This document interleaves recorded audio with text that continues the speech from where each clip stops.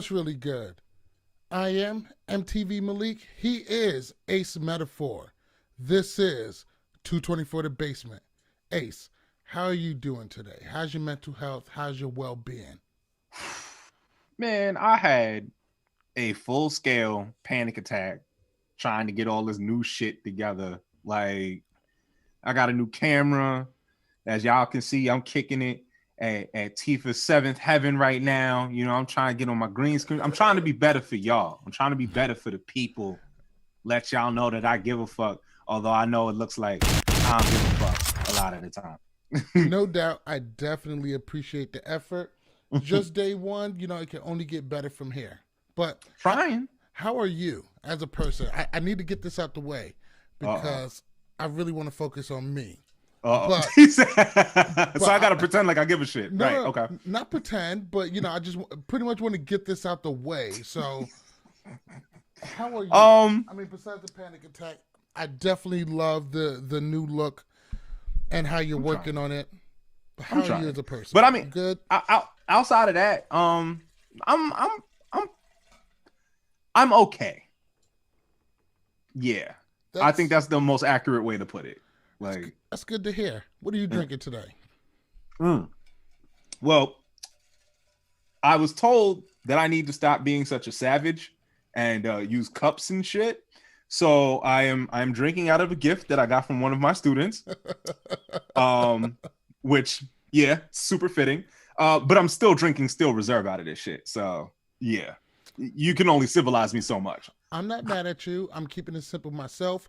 Vodka cranberry, because we're in the middle of a pandemic. I can't exactly go to the club, so we do it like this. My. Yeah. All right. Wifey likes her goose.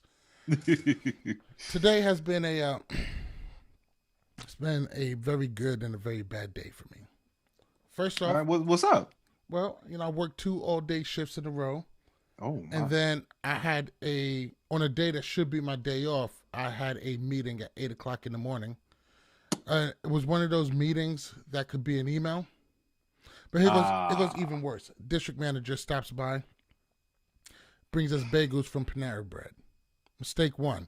If you're not in New York, your bagel is ass. That's just how it is. If you're not in New York, your bagel is ass. Super facts. I've come to just accept that. Yeah. Mistake 1. 2. What type of cream cheese you thought he bought?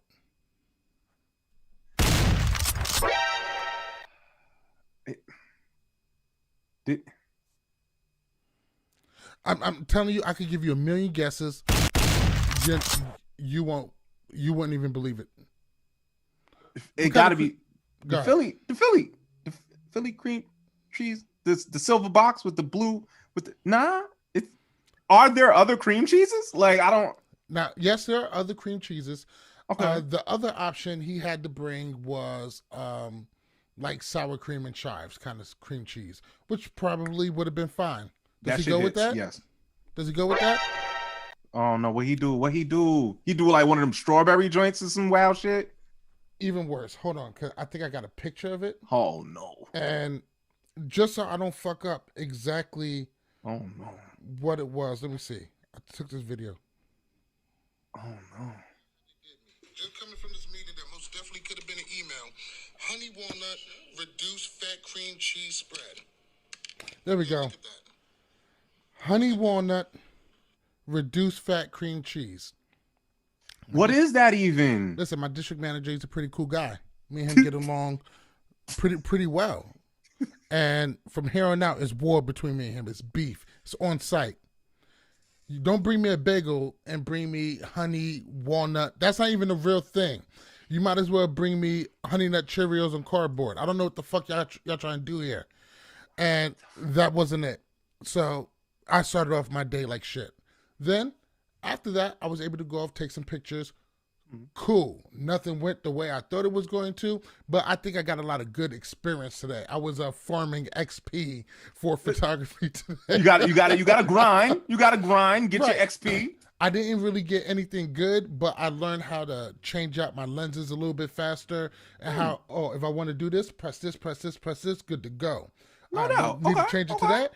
And I I feel like I'm better at that now, but it was really good. Plus, we're in the Georgia heat, so it's really all bad, but at least I got something out of that. Then last night, I finally did something that was supposed to have been done. I finished replaying The Last of Us Remastered. Nice. So as soon as I was done, I spent like fucking $60 and I downloaded The Last of Us 2. Now when I got back from that, I started playing it today.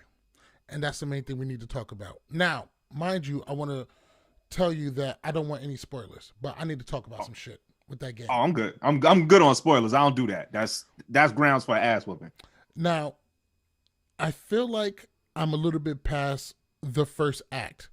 But now that I think about it, I think the first act is really just the intro. The prologue's probably a little longer than you think it is. Like, that's what I'm thinking. Yeah. Yo, it's listen. Every time you think in my opinion, the game has like fucking 3 endings. Like, the shit just keeps fucking going. Like, I neglected so much shit I was able to do. I had to pull myself to go and make sure I made the steaks for dinner and shit. But I spent a good amount of time on that game. But just want to talk about it a little bit. Yeah, go for it. Like, all right, first off, Joel's dead. There's a lot of good stuff and bad stuff I like about that. One thing that and there's a lot of things I feel both ways. I hate and love. Mm-hmm. One, he was killed. Some bitch just smacked him in the head a whole bunch of times with a golf club. That was fucked up and really, really brutal. Yes. At the same time, because I just went through the first game, we killed a lot of people. And a lot of those people died unceremoniously. That was a perfect word. Thank you. And it feels kind of full circle that Joel died unceremoniously. No big speeches. You don't even really know why. I don't know why. I don't know why this bitch killed him. And I am so mad at Abby because you got to play as her. So you kind of feel a little bit connected to her. And then, listen, I read some of the reviews for the game. Most of them are just, everybody just like, this is one of the best games ever made. Like, this is, we're lucky to experience art in this medium. And, don't get me wrong, video games are undersold when it comes to being appreciated as art. But even most people would tell you that this is art we're watching. Right, exactly. There's so many emotions that's overtaken me with Joel's death. It's really hard to pinpoint exactly what it was. He died so unceremoniously. It just kind of seems full circle. And tell me how you felt about it, because I'm just spitting because of it. Honestly, I appreciated the fact that they took that risk. Like, they created this character for us who, and this is Naughty Dog, all right? That's the developer who made this game. This is the same people who do the Uncharted series, right? So here they are. They give us another one of these, like,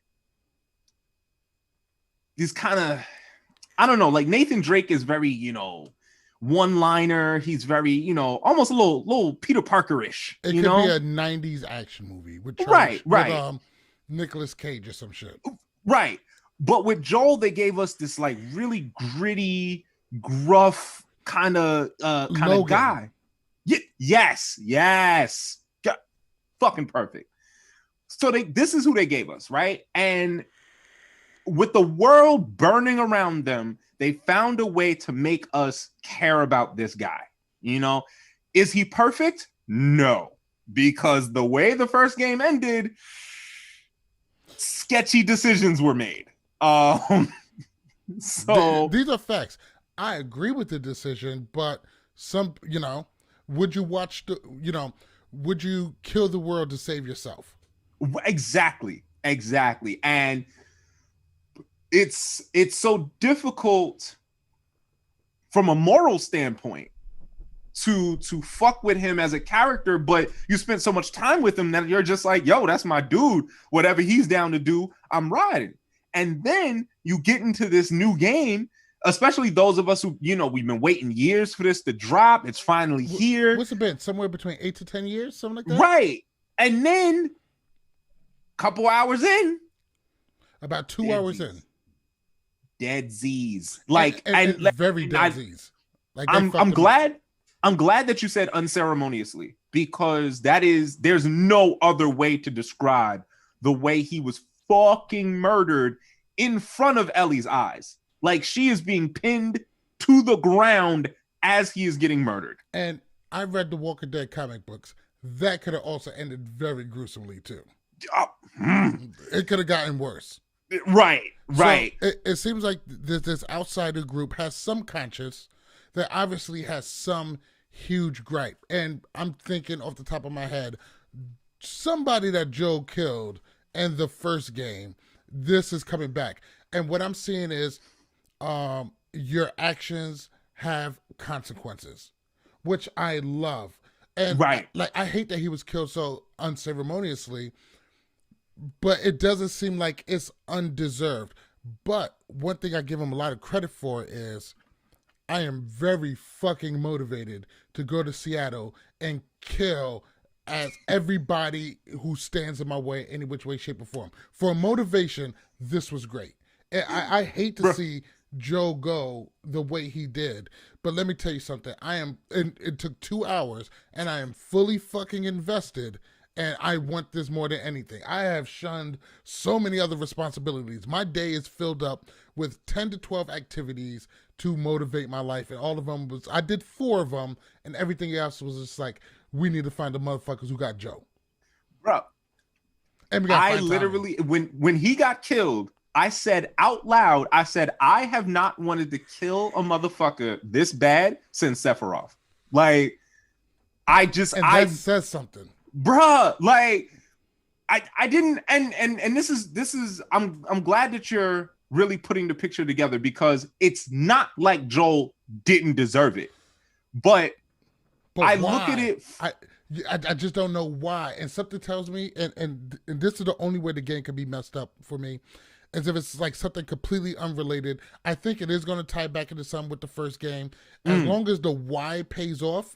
I mean, that'd be great. That's the biggest problem I had with Borderlands. You did all that shit and got to the end, you got to the vault, you killed the monster, they're like, good job, bucko. Run around the desert some more. So as long as that pays off, which, judging by everything that Naughty Dog does, it will. And I am thrilled. I haven't even played the Final Fantasy VII Remake yet, but I am thrilled to continue this journey. Yeah, it's a lot, bro. It is a fucking lot. And like, honestly, I have a personal problem with the pacing and the sequencing of the game, which it seems like you'll see it. Well, no. I don't mind the cutscenes. I don't mind at all either. Yeah. No, I'm completely fine with that. But like, you'll start to notice as you get deeper into the game, at least for me, I started to experience fatigue. I was just like, I just wanted it to be over. And to me, that is a terrible thing to feel about something you're supposed to be enjoying. And it's not like it wasn't a great story. It's not like I didn't enjoy the gameplay, but there were definitely parts where I was just like, really? Like, I just... One of the new things that got going on is it's not really an open world, but you got to go through and like clear these buildings and clear these areas. And I think that's kind of cool. And I kind of like that, but I do see how that can be tiresome, because one, I don't think I'm really that great at reading the map, but I kind of get it. And I like the new addition. I do know that I got a long way to go with this game, and I don't want to stay on it for too long, but I am just so fucking thrilled to have started. Yeah. I'll tell you right now, by the second half of the game, you ain't gonna be exploring shit. You're just gonna be fucking burning through. Because I stopped exploring at a certain point because I just wanted to continue the game. So there's a little flaw there, but for those who have seen, like, when the game first came out and there was like the review bombing and stuff like that, those reviews were bullshit. Those are people who had problems. I read some of them, and there's like, spoiler alert, this game destroys everything you come to love about the first game. I'm like, listen, I'm 2 hours in, and I am fucking intrigued. And I just stopped reading reviews. I'm just like, this is something I'm going to have to experience for myself. But let's go ahead and move on. I know you already went through it, but I just wanted to share with you how excited I am for that. I'm happy for you, man. Yeah, definitely. Facts. So let's go ahead and move on to our first story for the day. Yeah. It looks like Netflix goes black or African American. Throughout the course of from this month into the middle of October, Netflix has picked up a shitload of black TV shows. That's been Moesha, The Game, seasons 1 to 3, Sister Sister, Girlfriends, The Parker, Half and Half, and 101. These are classic WB and UPN. I actually think they're all UPN now that I think about it. Remember when that was a thing? Shit. UPN was smacking for a minute too. Bruh, but a lot of these UPN classics are now coming to Netflix. Yes. Now, I do understand why a lot of people are excited. I do hate or never seen half of these shows. And half of those shows, I wouldn't care to watch again. There's no reason for me to watch Half and Half, The Parker, Sister Sister, Girlfriends, 101. Those are not TV shows that, I mean, even though they were good at the time, don't really have a shitload of replayability. But if anybody knows how to read a room, it's fucking Netflix. How do you feel about Netflix deciding to cash in on the black dollar? Okay, so when I was younger, I always had a problem with my grandfather because he would tell me to do something. He would want it done a certain way.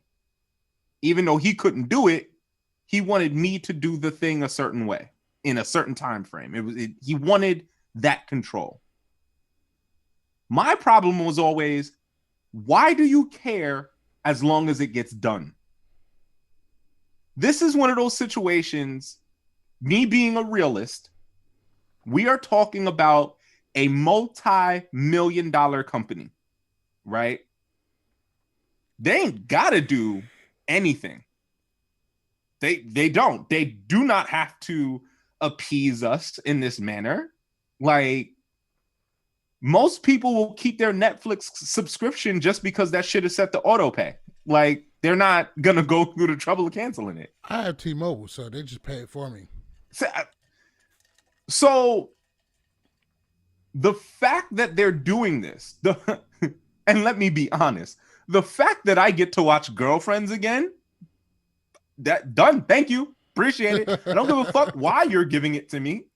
Cash in. Go in. I don't care.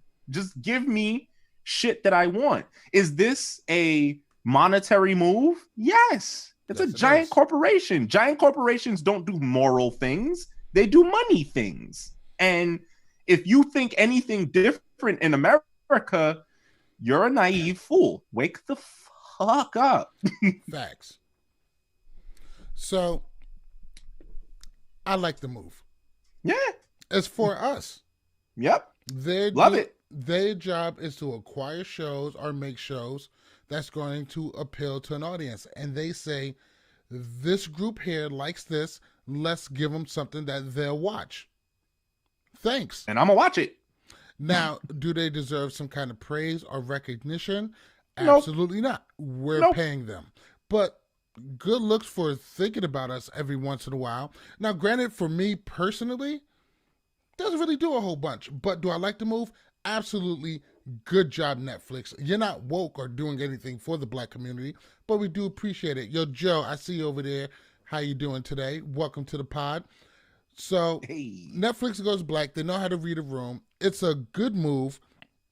I'm sure a lot of people are going to love it. There's people who love The Game. There's people who love the Moesha, would love to go back. Even though I love those shows at the time, I don't necessarily feel the need to go back. But for a younger generation, they might get introduced to it and see some of the stuff we loved. Speaking of which, I'm going to go off to the left. Speaking of the younger generation loving something that we love, I was having an argument with the kids. And most of our arguments are in good nature, but it started with professional wrestling. which oh shit, I don't really watch that much anymore. Every now and then, every couple of pay-per-views, I poke my head in. I'm there for WrestleMania, and I poke my head in every now and then just to get a vibe, maybe catch a match every once in a while. But I'm 35. I'm not watching professional wrestling like that. So we started talking about, Sasha Banks. And normally I just take whatever side they're not taking. They're like, oh my gosh, Charlotte Flair is this. What are you talking about? The boss shot Sasha Banks is, she's the best. You contrarian ass motherfucker. Sometimes taking the opposite side leads a good conversation. But end up delving into Sasha Banks and her partner Bailey is they're double champs. They have the tag team champs and both sides of the women champs. And I'm just like, that's dope. I'm like, we haven't seen this shit since the 2-man power trip. They're just like, please don't get me started on this. We don't have enough time. And they're just like, what's that? And I'm just like, what? What do you mean? What? Listen, and a long, long time ago, I don't remember which year. I think it was like 2001 maybe. What? I don't know how this came to be, but for some reason, Stone Cold Steve Austin and Triple H won the tag team titles along with the World Championship and the Intercontinental title. And they were known as a 2-man power trip, and they just ran through and just fucked everything up for like 4 to 6 months. I was just like, we've never seen nothing like it before. And this is the first time we're getting like a piece of it together again. And they're just like, just not understanding. Mind blown. And so, I get excited about when something comes to that because, that, 2-man power trip for us back in the day, there was nothing better. Only thing that could have been better is just like Goldberg appearing on an episode of Raw for no reason whatsoever. Anytime little shit like that happened, we went crazy. Remember when the whole thing with Taz and Mike Awesome and Tommy Dreamer, and Taz was going to WWE, Mike Awesome was going to WCW, Tommy Dreamer was saying ECW, but they had to pass the ECW belt on, and Taz, a WWE signed wrestler, won the ECW championship from a WCW signed wrestler, and then he came on Raw rocking the ECW belt. Shit like that made us go crazy back then. Bruh. And I just feel like professional wrestling lacks those holy fuck moments. Because imagine fucking Kenny Omega coming down during Armageddon and fucking somebody up and bouncing. No, like, that'd be crazy. See, no, I gotta say, and I'm not gonna stick on professional wrestling too much. Not too long. Because we could do this, but in my opinion, AEW and I would even say to some extent Impact, they're trying to give us a lot of those moments, yo. Like facts. AEW, when Matt Hardy showed up, and I mean he showed up on AEW in an empty arena. And I remember watching that shit, and me and my girl lost our shit. And then like you look at the people who don't get used in WWE, these like mid-carders, these people who just like don't even get TV time for weeks at a time. Bro, Luke Harper, that's how most people know him. When he went to AEW,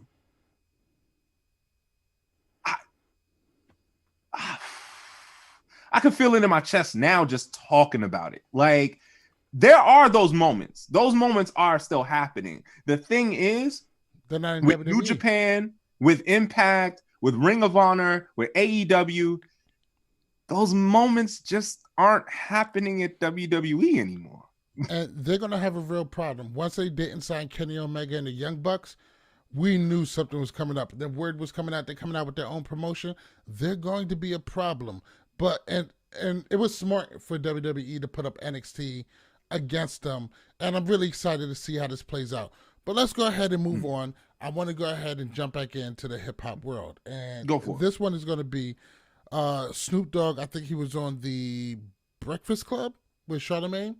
And he explained why Eminem isn't in his top 10 greatest rappers. Did you see this interview? I didn't see the interview. I saw an article about it. And honestly, like just from the title alone, I was like, yeah, why is that even a question. I don't. A lot of younger cats wouldn't really understand how Eminem doesn't end up in someone's top 10. But you got to consider the fact that Snoop has been in this shit since he was what, 16, 17? When did Doggy Style came out? 1992. And Doggy Style is one of the greatest rap albums ever made. And it was one of the first rap albums to go and just hit like #1. And then he was talking crazy shit back then. Reckless. 1992. Reckless. I remember even his album cover was a big point of contention. Yes. So he's a legend in the game. So you dealing with somebody who I would personally say Snoop was one of the people who ushered in the golden era of hip hop. You know what I'm saying? When it went from just people rapping at house parties and, having a little bit of buzz. Snoop came on the heels of NWA. Right. The birth of gangster rap. Right. You know what I'm saying? So it's like he has this perfect view of what it was and what it is. And for him to say that, like, I was like, yeah, no. And I say this all the time because a lot of my students, I have international students, their understanding of hip hop might not be as deep as ours. Duh. English is a second language for them. Hip hop is real fucking difficult to understand. So you try to understand Bone Thugs, Lin Chow. Good fucking luck. I've been born and raised in this country, and even I gotta go on Genius from time to time to figure out the fuck they're saying. But they always ask me like, okay, Eminem, what do you think about Eminem? Is he as great as everyone says? And no, he's not. Eminem. Question: is Eminem in your top 10? No. Is he in your top 20? Top 25. Top 25. And so Eminem, and I say all right. So Eminem may be between 20 to 25 for you. Mm-hmm. We got to do a list. We definitely got to do a list. Well, there's a quick way to get canceled. You seem dead set on trying to get us fucked up before we get started. But no, okay. So Eminem is behind Rakim, in my opinion, is one of the most technically sound rappers ever. He's like the Rob Van Dam or Eddie Guerrero of rappers. I'd go so far as to say this motherfucker's like the Dean Malenko of fucking rappers. Like his fundamentals, his ability to put words together to flow, like fucking beautiful. Where Eminem fucks up is two major places. One, his content. What the fuck is he talking about like 3/4 of the time? Homosexuals and Vicodin. How many times have I heard him talk about fucking abusing women or kicking babies? And we talk about Eminem. He's such a threat. He's so dangerous, blah, blah, blah, blah, blah. No one ever talks about the fact that his entire career in the beginning was based on him attacking fucking pop stars. But that wasn't always the case. His first album, not Infinite, but the Slim Shady EP. The March. Which one was the first one? Slim Shady. Slim Shady. Mm-hmm. It was very good. You had songs like Rock Bottom, which is like anytime hard. I mean, there's so many great things to say about that first album. It's about being broke and the struggle. It was album 2. He really went on the attack, and that album 2, the Marshall Mathers LP, definitely made everybody fall in love with him. And that's a classic to me. Beats. Yeah, classic. Yeah, absolutely. But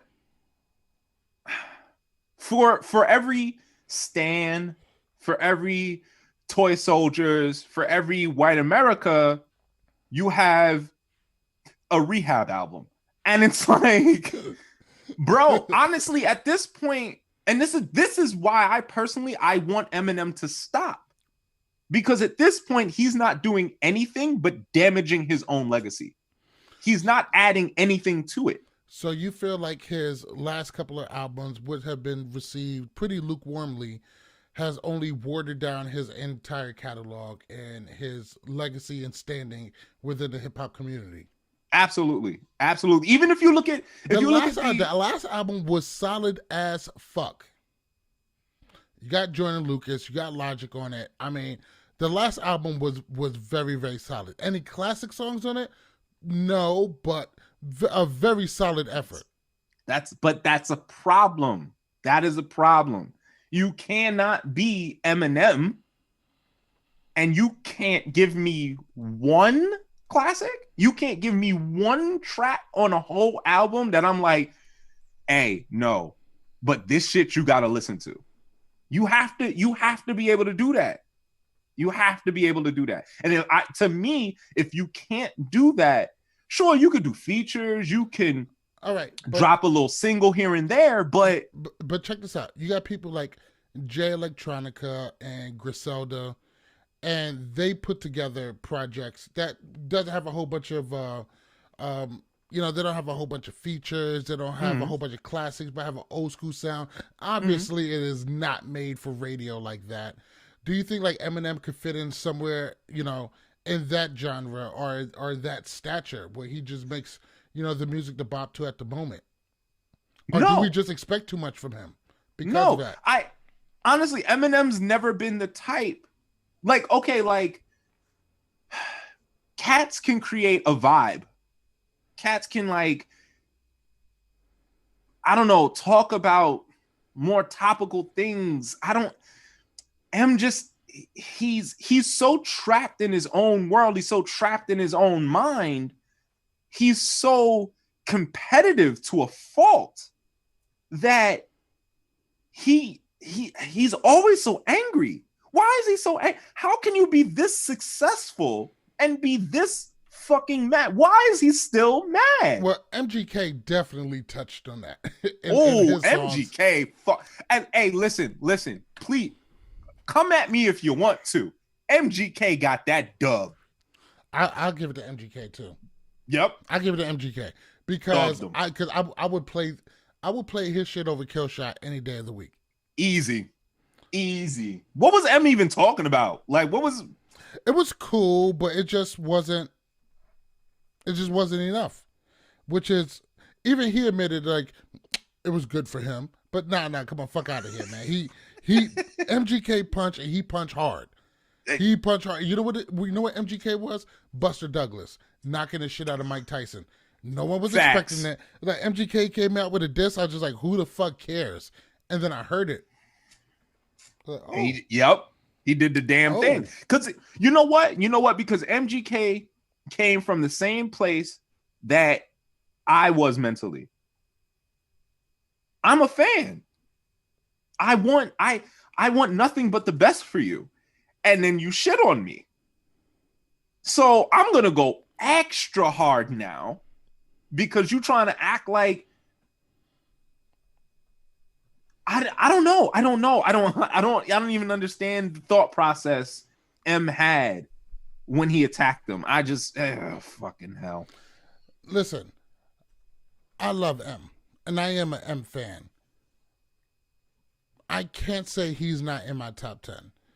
Definitely in my top 15. But I think that's something for us to put together. I think we got to definitely do a top 25 list. And our top 25 list, people will fucking hate so much. Oh my God. They're going to sit there like, why is Cannabis a number 4 and why is Mike Shinoda number 9? This is why you my nigga, because you know they're going to be on the list. They're going to be so mad. They're like, Mike Shinoda, he only raps about being stressed the fuck out all the time. And I'm just like, what the fuck else is there? Bruh. Oh my God. If I have to put together a fucking top 25 list, I'm done. My rap career is over before it even fucking starts. Like, shit, ain't nobody gonna try to hear me. All right, let's go ahead and move on. Level a blog on the Medium format, which does a lot of blogs and stuff. A lot of people use it, but they put out a top 40 over 40 list. So they listed 40 rappers who have done the most over 40. Guess who's number one? As soon as you sent me the link, I was like, it's Jay. Why are we even talking about this? So here's the funny thing is, Jay's number one. Duh. Diddy is number 40.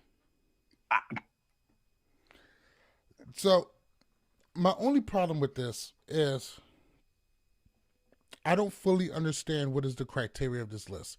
I do like this list. And even though I do want to talk about this list, it really brings over a bigger subject. And that bigger subject is ageism in hip hop. Because I think you feel the same way.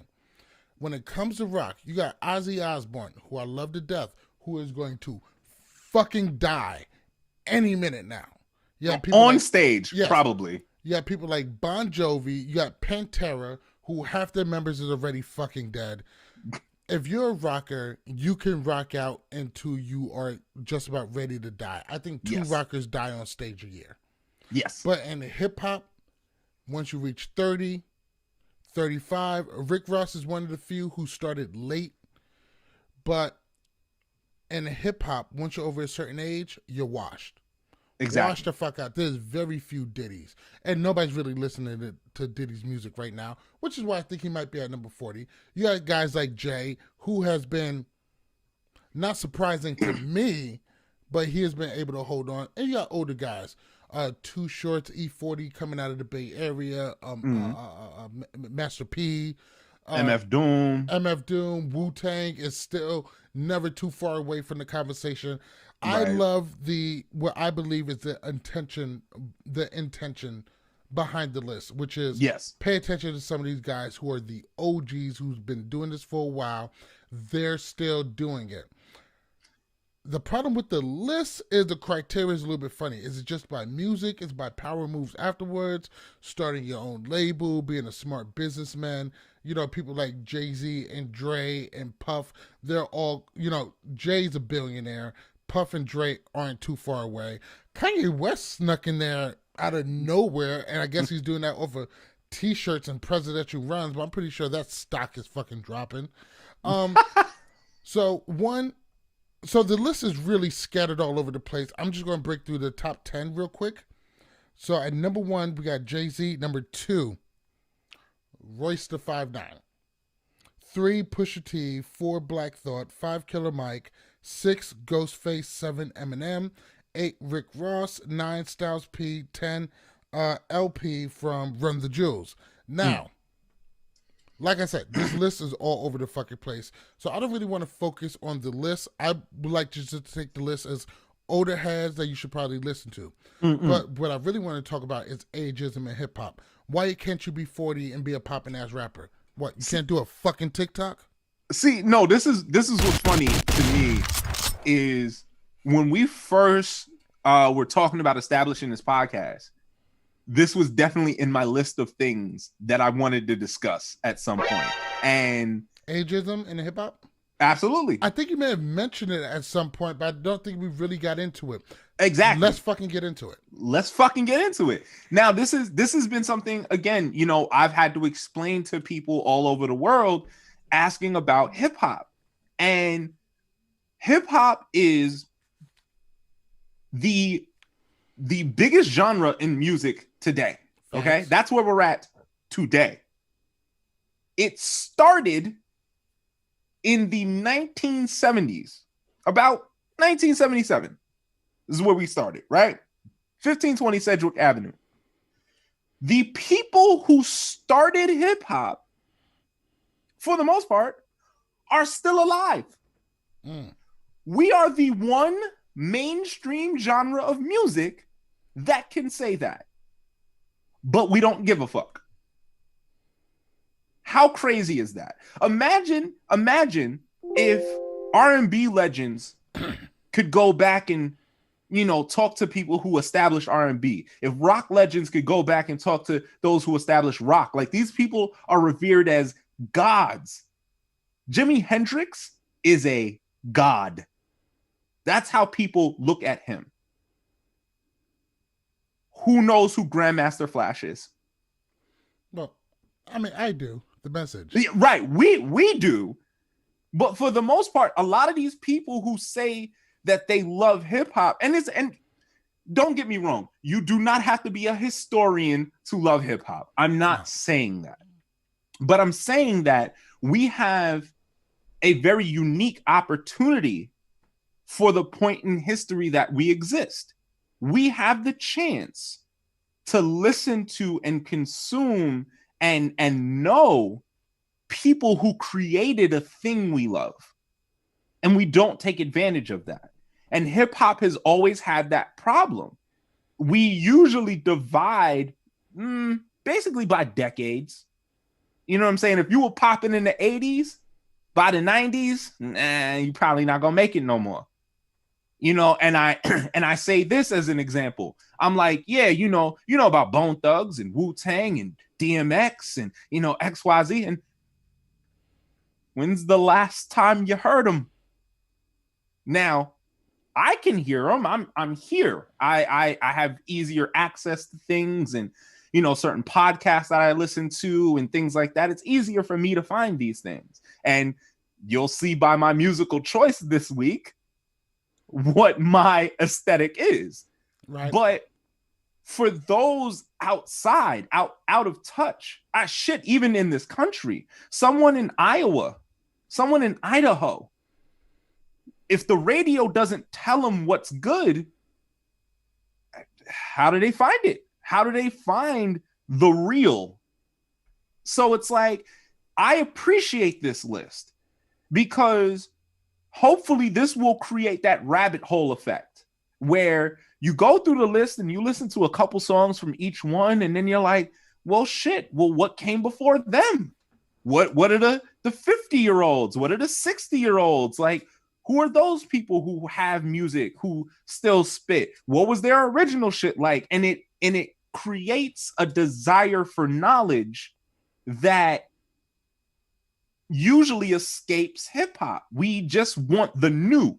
We want the cool. And if you can't provide the new and the cool if you're old. So how do we get these younger cats, these new cats, to actually know about the stuff that came before them? I remember always being obsessed with that kind of stuff. When I got into wrestling, it's like, okay, this is dope. What happened 10 years ago up until now? Anytime I hear a new artist that, even if it's just a song that I like and I'm interested in them, I will go all the way back to the beginning of their discography and work my way up. So Absolutely. What is keeping this younger generation from knowing about the stuff that came before them? Because Lord knows it is way easier for them these days than it ever was for us. Absolutely. And when I first heard Incubus, right? I first heard them, Stellar was the first thing I ever heard from them. Nice. And I heard it because what I used to do is I used to listen to the rock channel. I think it was like 92.3 or some shit like that, 92.4. K-Rock. Yeah. And so what I would do is, I would go to sleep listening to the music, but what I would do is just record everything all through the night. And so they didn't introduce a song, they just played it, and I remember playing it over and over and over and over and over again. And I actually found it because they came out with Drive for that album. And the Drive was a monster hit for them. And it wasn't until I went back and bought the album that I figured out who they was. And ever since then, I bought all of this shit before that. And back then, you had to buy those little piece of shit tapes that they, because rock stars used to make, these little 8-track tapes that was only available in the darkest corners of Napster.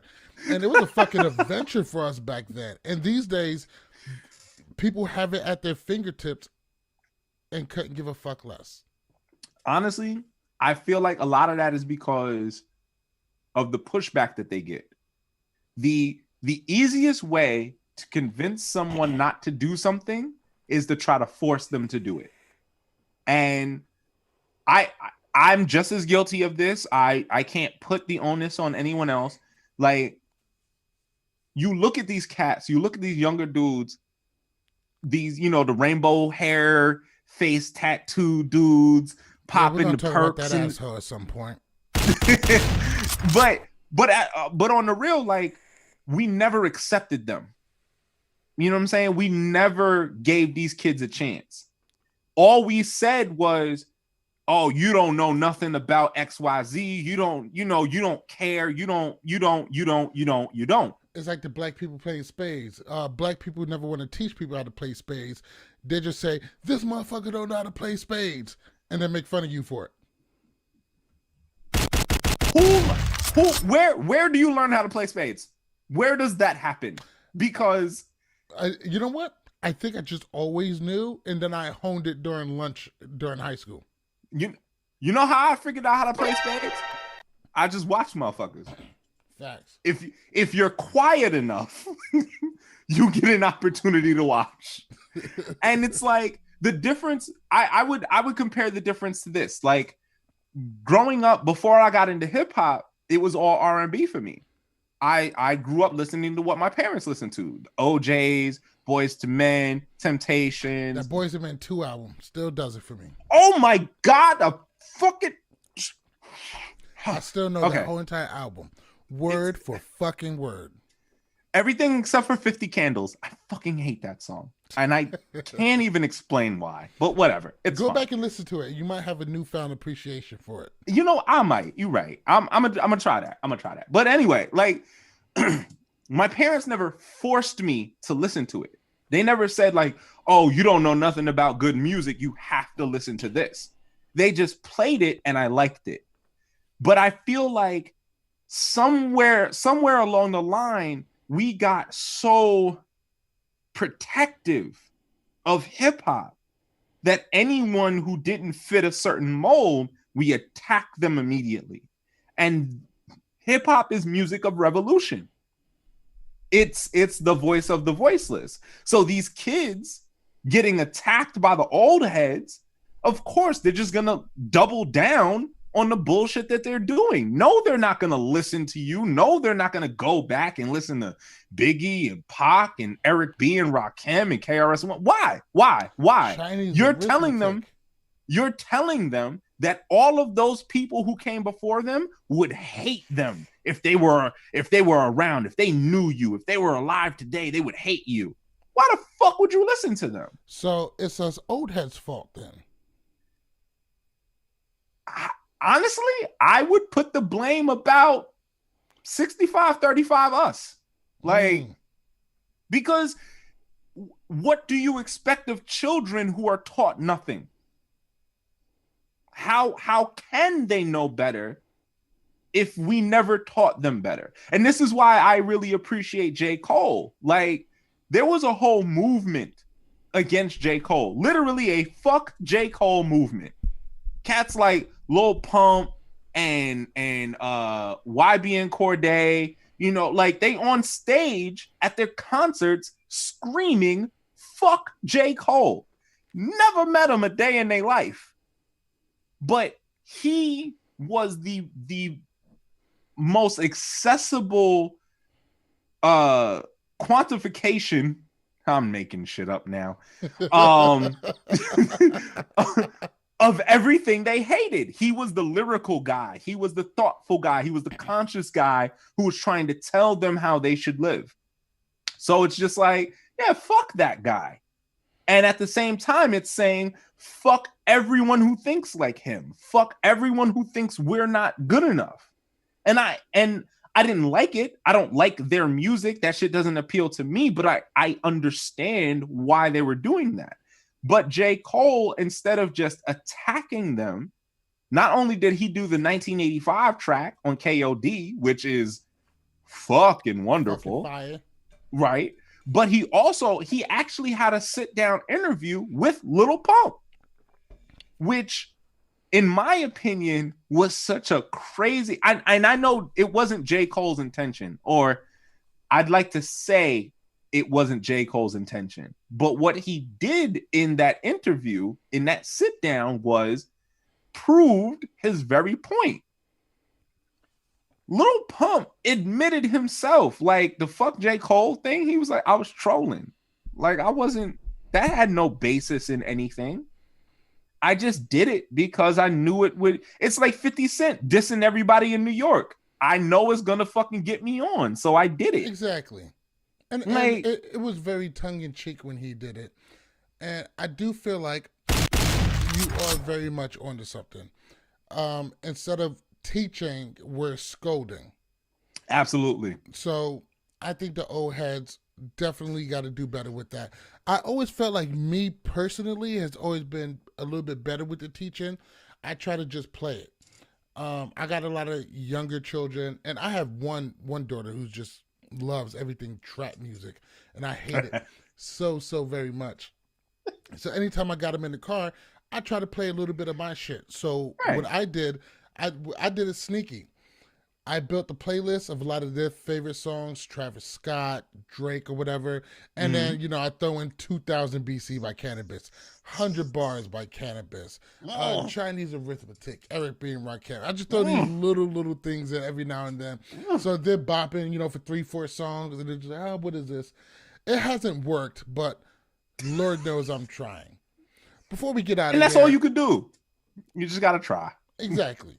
Before we get out of here, let's close this out with a movie. So Okay. it was your week to pick. Tell me what the movie is called and tell me what it's about. And in case you guys don't know by now, fucking spoiler alert. We're gonna spoil the shit out of it. Yeah, I can't believe it.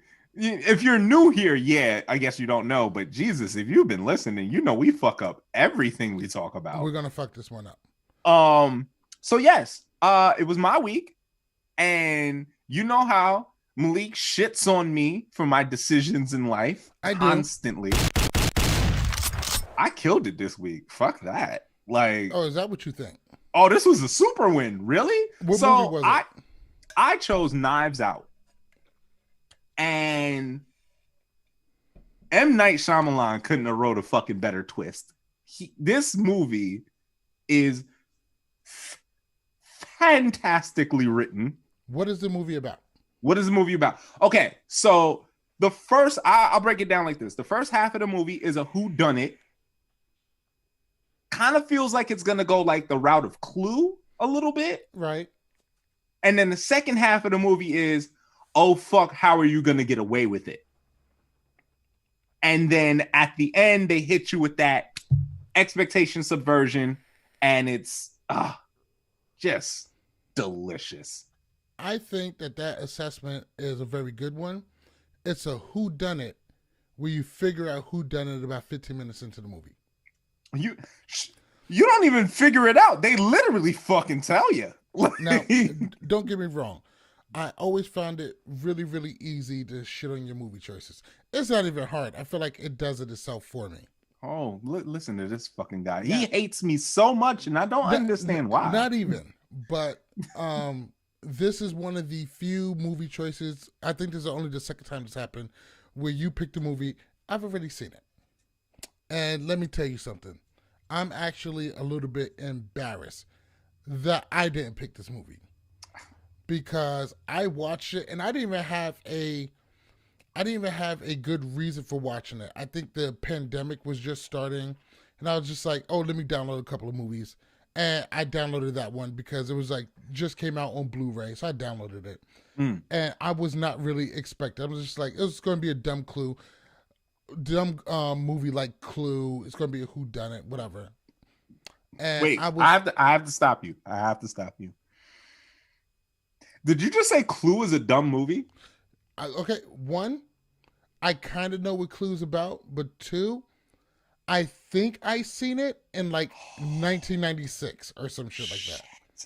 I can't remember watching the movie, but I remember thinking that it was dumb. I just watched that shit like a week ago. Like, that shit is Please watch that shit again. Do me a favor. Say less. I will illegally download it at work. Fantastic. Continue. So, not Clue. Knives Out is fucking excellent. Yes, it is. Excellent.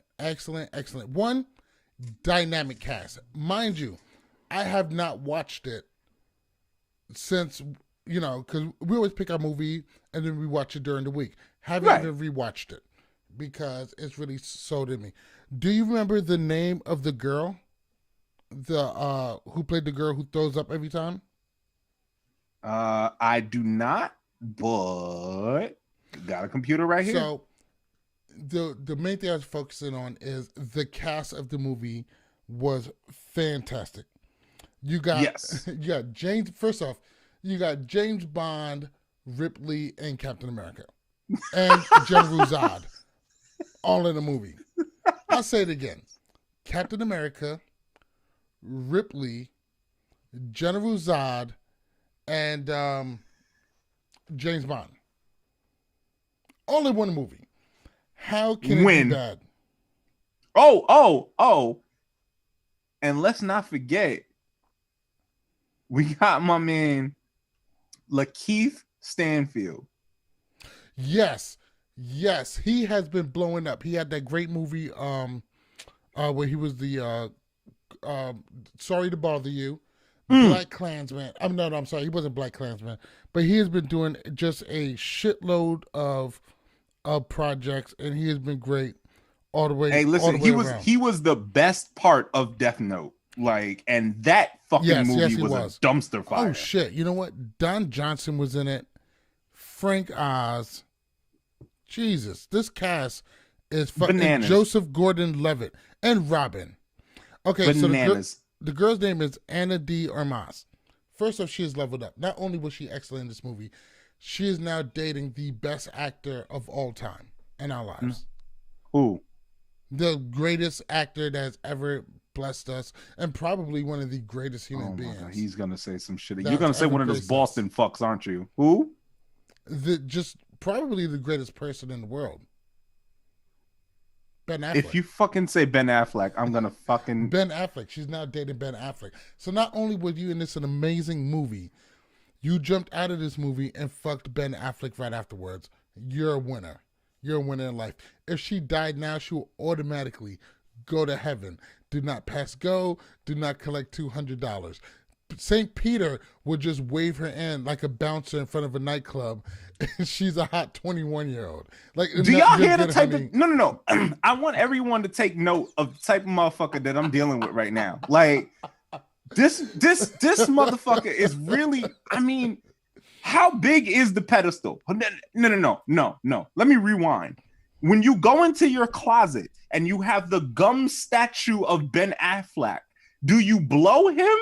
Listen, or do you chew him? Listen, like, Ben Affleck made Reindeer Games just so people could say that there's a bad movie that he's been in. He did it on purpose. On purpose. Okay, so why did he do Batman versus Superman? He was great in that movie. All right, fam. He said, I'm going to fuck Superman up. Let me do some incline bench press. Look at you. You couldn't even fucking finish that shit without laughing. That's the writing. That's not the acting. And Batman versus Superman, Ben Affleck is one of the shining stars of that movie. Like, he did really well with what he could. A lot of that was just writing and plotting and directing, but I think he did well for what he got. But let's get back to Knives Out. The movie is a great whodunit. It has an excellent cast, excellent pacing. The whole throwing up every time she lies thing that the main character had was a little weird. It was, but I loved it though. It was a dumb plot device, but they worked it. The movie didn't take itself too seriously, right? But it did have some serious acting in it. I thought Michael Shannon really sold his role. I thought everybody here really sold their role. Jamie Lee Curtis may have been underused a little bit, and there are definitely some plot things that didn't quite work out as well. So everybody who's grown up in this house, lived in this house, been in this house for years, no one knew about this passageway. Let's just gloss over this. So there was a lot of great moments, and really I could sit here all day and just tell you about all of the great things about the movie, but really the only thing I could really say about it is, if you haven't seen it, go watch that shit. Yeah, go watch honestly, shit. You would be thoroughly entertained. Honestly, and it's funny. Okay, so we talk about, like, you know, how we spoil everything. I'm unconsciously not spoiling this. Like, there's something in me that is preventing me from saying exactly what happens. You think it takes away too much from the movie? Right. And like, I can say that there's a twist. That's fine. I truly, in my heart of hearts, I believe that you won't see it coming. Yo, my man Gil is over here on Twitter talk about Ben Affleck is not the best actor in the world. Quick question: who's better than Ben Affleck? Johnny Depp. No, he's not. He doesn't Fuck have the you. range. Fuck you. Suck my dick. Die. How about this? Could Johnny Depp play a cop? Yes. No. Why could he not? Because he's a pirate. Because he's like a real life pirate. Oh my fucking shit. Oh, and here comes Rook talking shit. No. Please. Oh my God. We're not accepting my no fucking Ben Affleck hero slander whatsoever. Bro, you're not gonna sit here and fucking stand for these Boston fucks. I'm not gonna for stand nobody. for Listen, it. Knives Out was almost a perfect movie. The only thing that could have made it even more perfect is the second lead actress's boyfriend, Ana de Armas, who is a wonderful actress. She's new, hasn't been in a whole bunch of shit. The only thing that can make her better is if she brought in the person who she was fucking, Ben Affleck. It's the only thing that would make the movie fucking better. Shit. And James Bond's role. This is exactly like this is. I can't. Meryl Streep. Meryl fucking Streep. There's a South Park joke somewhere around here. I don't know where it's at, but Ben Affleck is the town. Just imagine Ben Affleck doing anything. Dogma, Chasing Amy. Those are just the Kevin Smith movies, which aren't the best movies in the world. You're not going to sit here and act like Ben Affleck matters in Dogma. You're not going to do that. He played a pretty pivotal role. Oh, yeah? Chris Rock played a bigger fucking role. It's Chris Rock. And Ben Affleck was still pretty early in his career. But listen, I can sit here all day and talk about how great the great Ben Affleck actually is. But back to Knives Out, that Ben Affleck wasn't in. So, I mean, if you get a chance to watch it, cool. But I'm so furious. Like, I can't even fucking form sentences. Like, no, but okay. All right. I'll talk because he can't. Somebody from, was it Escape Life Photography said Ben Affleck is not a top actor, bro. He's a C-lister. Okay, Ben so Affleck, Rook, clearly... No. Ben Affleck has been banging Jennifer Garner for how long? That's not something a C-lister does. What the At all. You're not going to sit here and talk about Jennifer Garner like she's bad. She's not. Okay, all right. 3 words. Good Will Hunting. Daredevil. Shut the fuck up, please. Oh, I'm sorry. Ben Affleck was responsible for bringing one of the greatest Marvel characters to the big screen. Okay. Oh, and Daredevil did numbers. Critically do banned. y'all see this? And y'all super woke because there was a black kingpin. Hold on.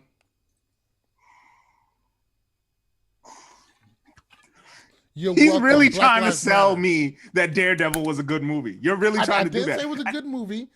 I said they had a black kingpin, and Ben Affleck was great in it, and Jennifer Garner was in it, and he brought a Marvel character to life to the big screen that a lot of people wasn't used to. So the Netflix show would have never popped off like that if it wasn't for Ben Affleck. You're welcome, Netflix. The Netflix show only popped off like that because the movie was so goddamn bad. Like, everybody was just like, oh, well, I gotta see what this is. The last one was a fucking dumpster fire, so I gotta see what happens. The movie wasn't great, but was Ben Affleck bad in it? No, he took the role seriously. Ben Affleck is a huge fan of Daredevil. In fact, when Kevin Smith was writing for Daredevil, Ben Affleck did the intro for it. So he's a Daredevil fan. He was invested in it. Give that man his credit where it's due. Being invested in something and being good at something are not mutually exclusive. See, it sounds like you're saying Ben Affleck is a bad... You know what? We have been on Ben Affleck for way too long. No. You've been on his dick for way too long. I just respect good acting. But... No. This goes like this. Far Closing beyond arguments for Knives Out. And Ben Affleck's great. Oh my fucking shit. In my opinion. Okay. And fuck you. Anyway, Knives Out, which is where we started, somehow he removed the Ben Affleck dick from his mouth and tried to shove it in all of ours. Anyway, Knives Out is absolutely incredible. I feel like Daniel Craig, first of all, he killed it. And He did. I am not a huge fan of the Southern drawl. No, that was the only bad thing. It wasn't great. Hilarious, because I have family in North Carolina, and I'll be honest, from time to time, don't always understand what they're saying.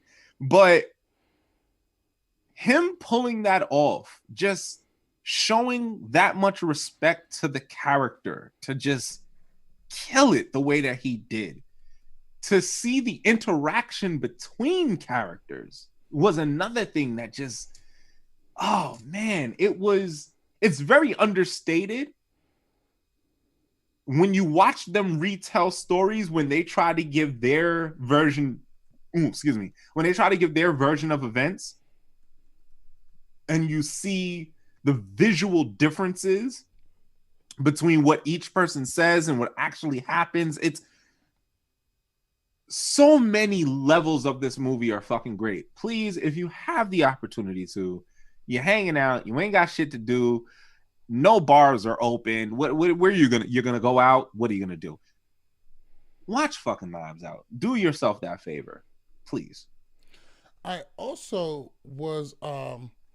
wanted to let you guys know that Ben Affleck has also breathed second life into being a producer. Let's not forget The Town, Argo, and Gone Baby Gone.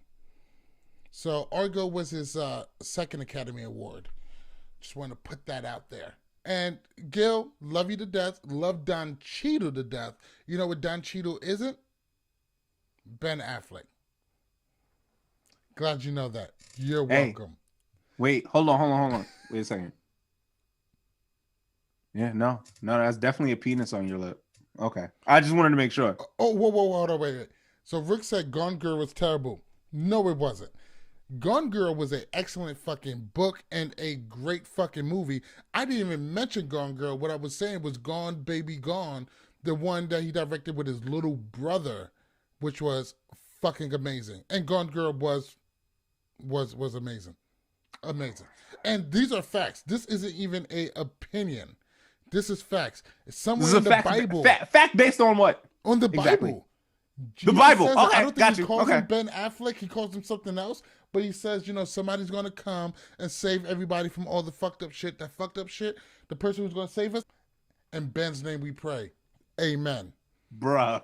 So I cannot imagine. How do you have a life? Like how do people stand around you and not just immediately have a murderous homicidal rage? Because I don't release them. But before we get out of here, I just wanted to post out that everybody who's been following us, and thank you for everybody who's been listening. It has been great. We are moving the feed from the Love War Challenges feed to its own 224 The Basement feed. So if you follow Love War Challenges, thank you so much. We love you. We are moving to our own feed. So it would no longer be under Love War Challenges. It's going to be under 224 The Basement. Make sure you like, make sure you subscribe. We appreciate everybody who's been listening. We do realize it's going to be a little bit different, but we're talking about two very different subject matters. This is hip-hop, movies, music, and everybody on Love War Challenges is there for the challenge. So we want to thank everybody who does both and who listens to both. We love you. We appreciate you. Thank you. But make sure you like, subscribe, and review 224 The Basement. Right now, we are on iTunes, Spotify, Deezer, iHeartRadio. The only one we are not currently on is going to be Google Podcasts, because for some reason, them niggas is taking mad long. I don't know why. Nobody goes to Google Podcasts and really listen to podcasts. So, yeah, I was going to say, people be on speaker. Yeah, exactly. Go ahead and just approve our shit. I don't know why you need to take fucking 8 days. Like, who the fuck do you think you are? You're not Apple Podcasts. Fuck out of here. Google, step your fucking shit up. I smacked the shit out of one of you niggas. Straight up and down. Sorry, I don't understand. Who the fuck was talking to you? Get him. My Google Home. Trying to talk shit. So make sure you like, subscribe, 224 the podcast. We're going to be opening up our own YouTube channel soon enough, because I know right now we're still on the Love War Challenges YouTube channel. So we got a lot of great stuff coming. We're going to have the website coming. So just make sure you stay tuned. This is episode 19. Thank you guys for sticking with us for so long. Ace, do you got anything to get out before we close out? Oh, shit. I guess, wait, we're not going to, I feel like this train's been moving for a minute, and there's a particular stop that we ain't hit. Oh, yes, that's right.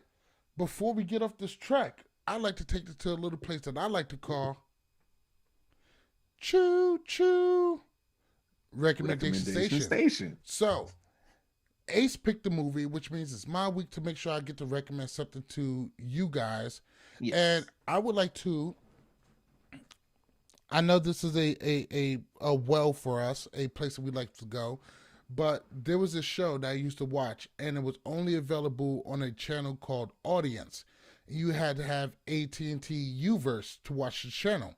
Whoa, but what the fuck? There was a show that I fell in love with.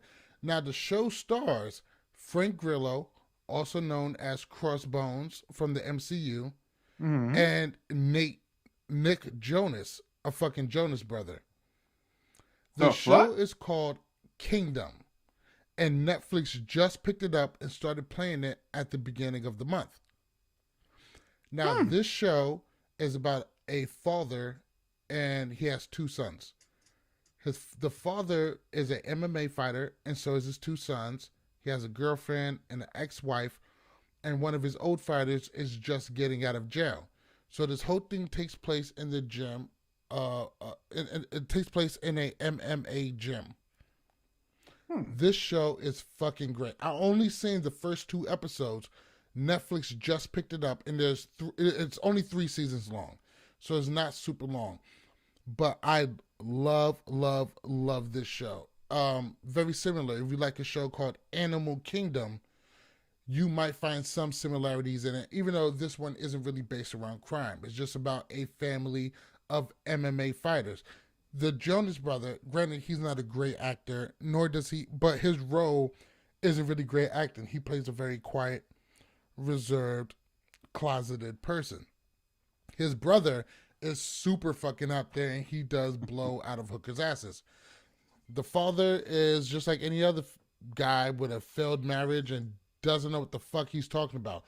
It is a great show. There's a lot of great elements in it. Just go ahead, pick up episode 1, start watching it. It is called Kingdom. It is now available on Netflix, starring Frank Grillo and Nick Jonas. I don't know the difference between the Jonas brothers. I feel like you feel real uncomfortable just saying Nick Jonas's name. Like, first off, I don't know if it's Nick or Nate Jonas. First off, I don't know. Nick. Is it Nick? It's Nick. But I'm not even sure if it's Nick in the show. I don't even know the other Jonas brothers' names to know if I'm wrong or not. But show's dope. Check that shit out. Dope. Ace, what do you got for our listeners this week? Honestly, like, there were so many things I was going back and forth on. I went first. You had more than enough time to think about that shit. What? No. Literally, like, before this moment, like, I was thinking about it earlier today, like, going back and forth on different things I wanted to suggest. But honestly, Warrior Nun, man. Like, Warrior Nun. You mentioned that last week. Can't go back. No. I mentioned it. It wasn't my recommendation, though. This time, now that I have finished it, I feel comfortable in telling people, nah, you gotta check this shit the fuck out. Like, literally, it feels like a live action anime, honestly. And the story is dope as shit. I feel like it's right on time for, like, you know, women empowerment and stuff like that. It's not like super corny and shit. He's doing sound effects. Is he doing sound effects? I am doing sound effects. He's a piece of shit. I fucking hate this guy. I swear to God, I hate him. You got a round of applause. Did I? Yes. All right. I don't believe you, but okay, I'll take it. Anyway, but no, it's right on time for the women empowerment shit. They don't go like super like heavy-handed with it. They don't make it like extra obvious with the shit. Like they don't throw it down your throat, but like they really make you fuck with these characters.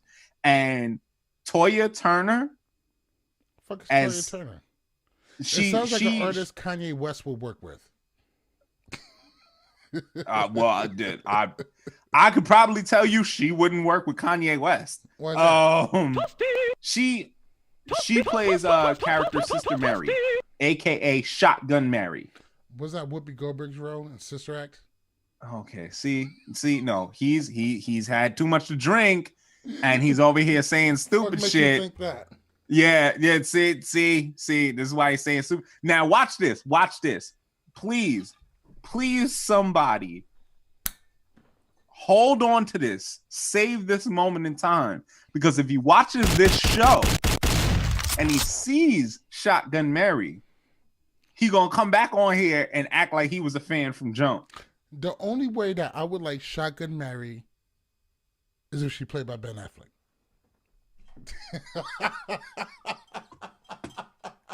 We gonna get the fuck up out of here. I'm sick of his drunk ass. I'm absolutely sick of this drunk motherfucker. I'm good. I'm good off this guy. Like, but no. Real talk. Warrior Nun, fucking dope as shit. If you get an opportunity, check that shit out. I think it's like, I want to say like 10 or 11 episodes, something like that. They're about like super long.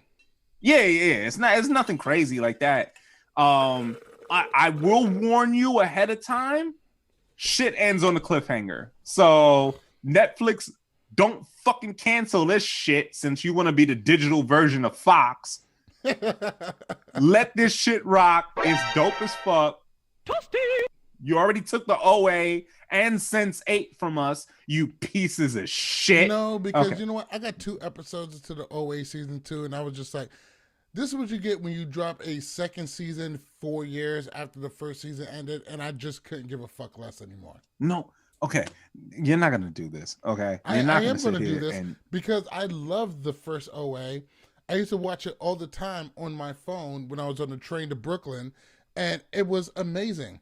And then came season 2 4 years after the first season ended, and I don't care anymore. Because you're a piece of shit. Okay. How does that make me a piece of shit? The OA was dope, but season 2 was it wasn't Ben Affleck, it was Matt Damon. Oh my fucking shit. Anyway, that's going to close us out today. Thank you everybody for watching.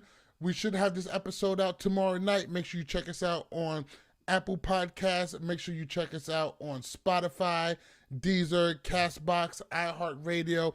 We're pretty much everywhere except for Google fucking Podcasts. Like you're so fucking busy.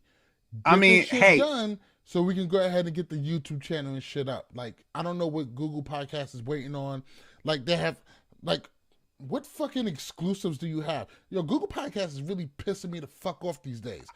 You seem kind of tight. But honestly, hey. Because if we had to wait 8 days for Apple Podcasts to approve us, cool, you get I understand it. Apple Podcasts was just like, you guys already does LWC, which does fucking numbers. So you guys are good with adding the second one. But Google Podcasts is just like, oh, we're still reviewing. And hey, no. But hold on. You gotta chill. I'm chill. Because, hey, Google Podcasts, if you do want an exclusive and you want to give motherfuckers some money, hey. Man, they better drop the bag on us like Manscaped did. I'm just saying. Well, before we get out of here, make sure you follow me on all platforms at Malik_MTV. That's Instagram, Facebook, Twitter, and a whole bunch of other shit. I don't know if TikTok's still going to be around, but I don't do that shit. So they're about to cancel the shit out of that. Fuck out of here. Fam, let me tell you something. You can still buy a assault rifle in Arkansas with a fucking 100-bullet drum, no problem. But we're banning TikTok. Are we gonna go there? Do we have time for that? We're gonna save that for another episode. Okay. All right. Let me tell you something. I could buy, even with getting bagged with a gun and having shit on my record, I could get any kind of gun I want now. But if I want TikTok in the future, maybe We're not even going to go there. We'll save that for another episode. Ace, where can they follow you at? I am Ace Metaphor, MEDA, the number 4 on Instagram. And I guess you can find me on Twitter with that same shit. Whatever. It doesn't Twitter, matter. Man. It's a fucking wasteland. It is. Bro, I only care about Instagram, honestly. Like, that's it. Thank all of you guys for watching. We are going to go ahead and get the fuck out of here. I am MTV Malik. He is Ace Metaphor. This is 224 The Basement. Have a good night, guys. Hold it. Whoops. Hold it.